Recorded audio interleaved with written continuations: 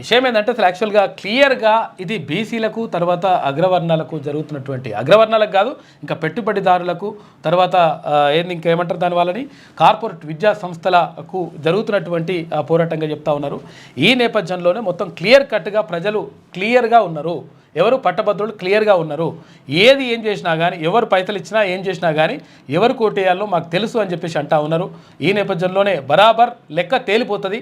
తర్వాత బరాబర్ అసలు యాక్చువల్గా బీసీలు అంటే ఏంటిదో ఎస్సీ ఎస్టీ మైనార్టీలంతా ఒక్కటే అయిపోయి వెళ్తున్నటువంటి పరిస్థితి మాత్రం కనిపిస్తూ ఉంది. ఇప్పుడు ఉదయం 8 గంటలకే పోలింగ్ ఆల్రెడీ స్టార్ట్ అయింది. సాయంత్రం 4 గంటల దాకా ఉంటుంది, 5 గంటల దాకా 4 గంటల దాకా ఉంటుంది.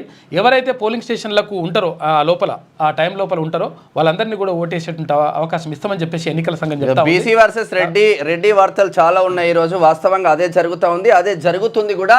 ఎందుకంటే బీసీలో అన్యాయానికి గురైన్లు కాబట్టి రాజకీయాలు కావచ్చు అనేక రకాలుగా అనేక కోణాలలో ఎన్ని పైసలు పెట్టినా ఏం చేసినా కానీ అయితట్లేదు. ఇక కథ మొత్తం ఒడిచిపోయింది, అది వేరే విషయం లెక్క. కానీ